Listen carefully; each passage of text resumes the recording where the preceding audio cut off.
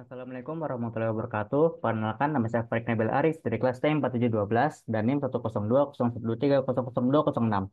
Jadi pada hari ini saya ingin melaksanakan tugas penelitian operasional satu, yaitu menjelaskan isi dari PPT Design of Radiation Therapy Problem.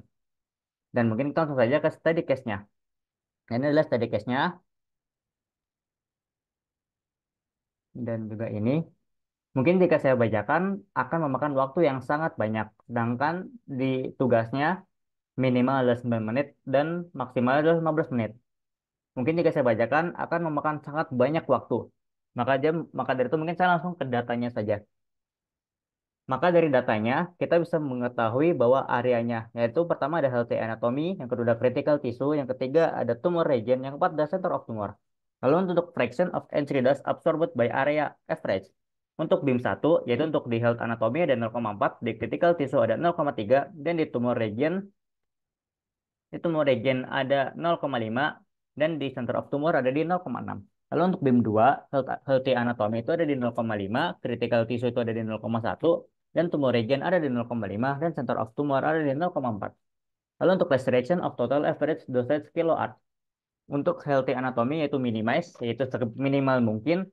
Lalu untuk di critical tissue itu ada kurang dari 7, dan di tumor region itu ada sama dengan 6. Lalu di center of tumor ada lebih dari sama dengan 6. Kita langsung saja. Selanjutnya,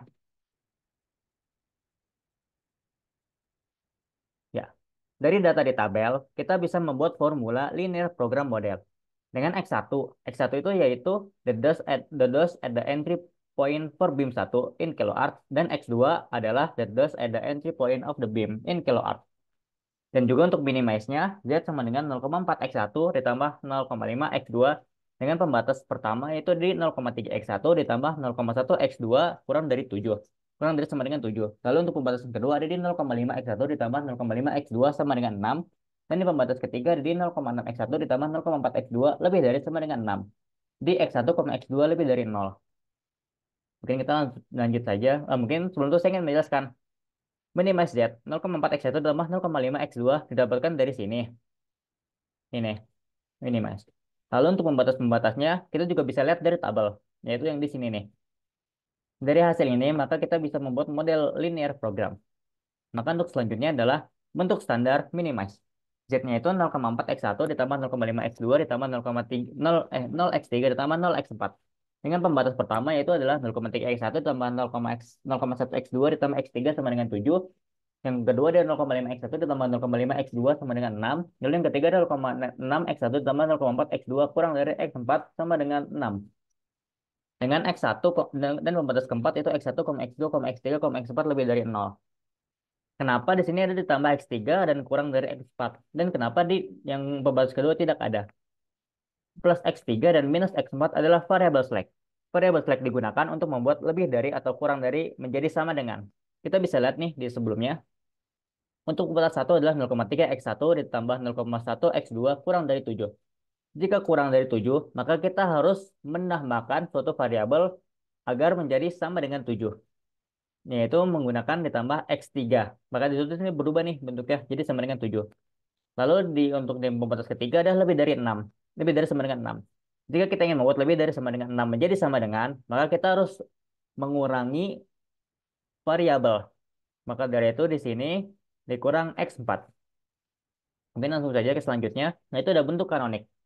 Minimize Z sama dengan 0,4 X1 ditambah 0,5 X2 ditambah 0,X3 ditambah 0X4 ditambah MX5 ditambah MX6. Dengan pembatas pertama adalah 0,3 X1 ditambah 0,1 X2 ditambah X3 sama dengan 7. Lalu untuk pembatas kedua ada 0,5 X1 ditambah 0,5 X2 ditambah X5 sama dengan 6.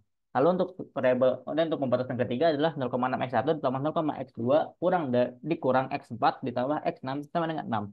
Dan variabel keempat adalah X1, X2, X3, X4, X5, X6 lebih dari 0. Lalu kita langsung masuk ke iterasi.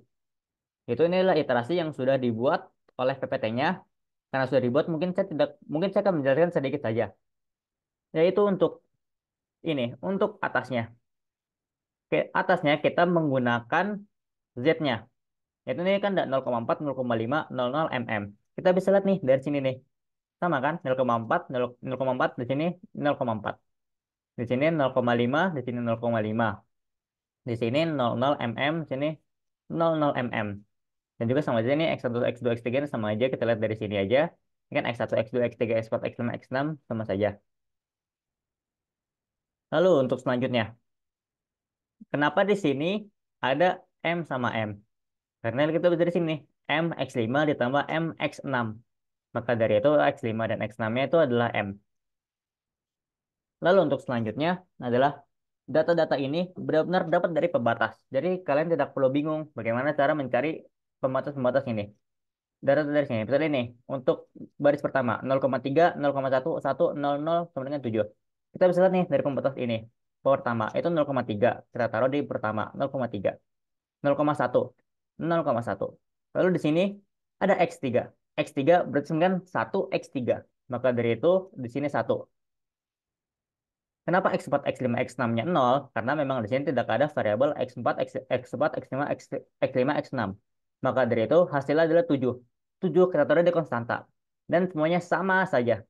Mungkin saya akan menunjukkan bagaimana cara mencari C-row-nya. Saya akan membuka dokumen. Yaitu cara mencari C-row-nya adalah mungkin kita mencari C-row baris pertama aja kali ya. Karena untuk caranya sama saja ke depannya. Yaitu kita pakai nih di sini nih yang 0,4 variabel z-nya dikurang buka kurung kita pakai cb-nya 0 titik 0 di 0, m, m. Lalu kita masukkan nih datanya yaitu ada 0,3, lalu selanjutnya ada 0,5, lalu selanjutnya ada 0,6. Di sini kita melakukan operasi yang dinamakan dot product yang sudah kita pelajari di matriks di semester 2. Yaitu 0 dikali 0 dikali 0,3 M dikali ditambah M dikali 0,5 ditambah M dikali 0,6. Maka hasil C adalah 0,4 dikurang buka kurung karena 3 dikali 0,0 adalah 0, maka langsung saja 0,5 M ditambah 0,6 M tutup kurung.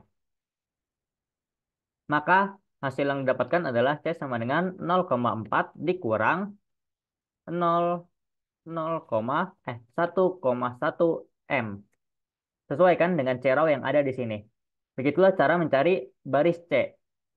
Untuk selanjutnya mungkin sama saja caranya seperti itu. Konstantanya juga sama menggunakan cara seperti itu. Tapi karena di sini tidak ada hasil Z-nya, maka tidak perlu menggunakan Z. Jadi langsung saja ke dot produknya.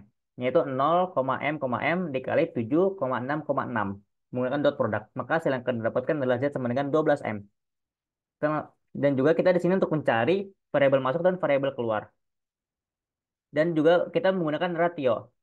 Dan yang paling kecil adalah di 6 sini. Karena 7 dibagian 0,3 adalah 23,3, 6 dibagian 0,5 adalah 12, dan 6 dibagian 0,6 adalah 10.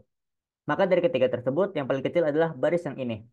Maka kita bisa diketahui 0,4 dikurang 1,1 adalah M adalah sebagai basis masuk, dan 6 sebagai basis keluar. Yang ini nih, ini adalah basis keluar. Lalu untuk iterasi yang kedua. Setelah kita melakukan iterasi pertama, kita bisa lihat nih, di tabel ini tuh masih belum optimal karena masih terdapat 2 minus. Maka kita harus optimalkan lagi dengan melakukan iterasi lagi. Kita melakukan iterasi lagi dengan menggunakan ini. Hasil ini kita OBE-kan. Ini harus 1, ini harus 0, 0, 0. Jadi baris ketiga dengan menggunakan OBE yaitu 1/0,6 dikali B3. Maka hasil yang akan dapatkan adalah seperti ini. 1,0,67, 0 minus 1,67, 0, 1,67, konstantanya itu 10. Dan kita bisa cari lagi nih, menggunakan cara tadi, ratio. Kita cari yang paling kecil, yaitu 4 dibagi 0,5 adalah 8. 1 dibagi 0,83 adalah 1,2. 10 dibagi minus 1,67, itu adalah minus sekian, memang lebih kecil. Tapi ratio itu tidak boleh minus. Maka dari itu kita menggunakan baris yang kedua, yaitu dengan ratio 1,2. Cara pengerjaan itu juga sama saja, kita menggunakan OBE lagi. Dan mungkin ada yang bingung nih, hasilnya seperti ini, benar-benar kita tinggal menggunakan OBE ini saja. Seperti ini kan 1 menjadi 0, menjadi 0. Kita ubah menjadi 0 nih atas ini nih, menggunakan rumus OBE. Ya mungkin jika saya jelaskan terlalu memakan banyak waktu kali ya. Mungkin langsung saya skip saja. Mungkin sudah pada paham lah bagaimana OBE, karena mungkin sudah banyak yang lulus juga di matriks dan vektor di semester 2. Maka itu saya mohon maaf, saya tidak menjelaskan, karena saya sudah menghitung, saya mungkin habis 3 lembaran nih untuk menghitung semuanya dari iterasi 1 sampai iterasi 3. Kita langsung saja nih ke iterasi 3, adalah hasil terakhir. Itu seperti ini. Cara pengerjaan juga tadi masih sama, yaitu mencari ceraunya juga masih sama, dan juga semuanya sama cara pengerjaannya. Lalu ini adalah hasil yang paling terakhir yang bisa kita dapatkan, karena ini sudah termasuk solusi optimal. Yaitu kesimpulan, X1 itu sama dengan 12. Yaitu ini, X1 itu sama dengan 12, dan X2 nol. Mungkin ada yang nanya nih, kenapa X2 nol? Karena kita bisa lihat di sini nih, X2. X2 itu ini full. Kalau full, berarti ini nol. Ini kan kita bisa lihat nih, ini X1 itu 0, 0, 1. Berarti X1 ada hasilnya. Kalau seperti ini, X2, ini baris pertama penuh, baris kedua penuh, baris ketiga penuh. Maka kita asumsikan sebagai X2 itu nol. Lalu untuk Z-nya, yaitu ini nih, hasil akhir dari konstantanya, adalah 4,8. Kita dapat 4,8 menggunakan tadi rumus Cherrow-nya. Lalu untuk kesimpulan terakhir adalah the dose at the entry point of beam 1 is 12 kiloarcs and the dose at the entry point for beam 2 is 0 kiloarcs. So the entry dose the absorbed the healthy anatomy is 4,8 kiloarcs. Yang memiliki arti dosis pada titik masuk untuk sinar 1 adalah 12 kiloarc dan dosis pada titik masuk untuk sinar 2 adalah 0 kiloarc. Jadi dosis masuk yang diserap oleh anatomi sehat adalah 4,8 kiloarc. Sekian dari saya, kurang lebihnya saya mohon maaf. Wassalamualaikum warahmatullahi wabarakatuh.